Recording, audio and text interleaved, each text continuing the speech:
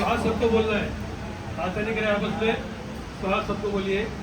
क्योंकि शरीर से हम यहाँ बैठे हुए हैं, जरूरी नहीं आपका मन भी ये बैठा होगा, मन में और भी कुछ विचार चल रहा होगा कि महाराज पूरा करें तो हम उधर जाना है, उससे लेना है, उससे देना है। कुछ चक्कर से बचने के लिए जब मैं स्वाहा बोलूँ ऊँचे स्वर से स्वाहा बोलिए, ताकि मन कहीं भी गया होगा वापिस इधर आना पड़ेगा उसको। ओम भूर्भुवः स्वाहा बोलिए।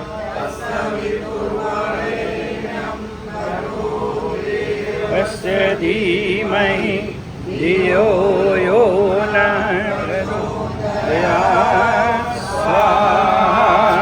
ओम भुवः स्वः तत्सवितुर्वरेण्यं भर्गो देवस्य धीमहि धियो यो नः प्रचोदयात् स्वाहा।